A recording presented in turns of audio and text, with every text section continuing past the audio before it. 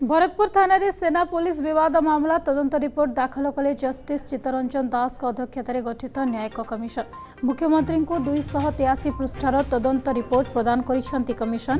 तेबे 42 जन साक्षी साक्षी देवार थिला 3 जन आर्म ऑफिसर साक्षी देछंती। फेब्रुआरी 28 सुधा रिपोर्ट शेष हो सारी थिला। साक्षी और मुख्य अभियोगकारी बदली पाई तदंतरे सामान्य विलंब है। रिपोर्ट प्रस्तुत बेले देश और विदेश रिपोर्ट को मध्य अनुध्यान करा जायछि। तदंत पाई समस्त आवश्यक सहयोग जोगाई देथिबारु सरकार को धन्यवाद देछंती तदंत कमिशन।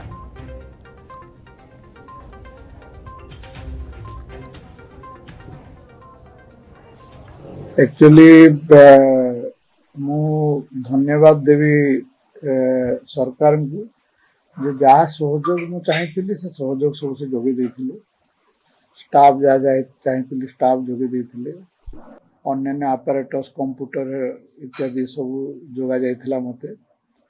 एवं दी पक्षर वकील से माने भी अकुंठ सहयोग प्रदान करथिले मते जेतले जहाँ दरकार।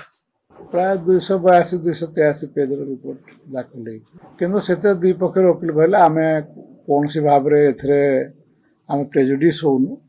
आपण जहाँ रिपोर्ट देवे आपण रिपोर्ट दियंतु।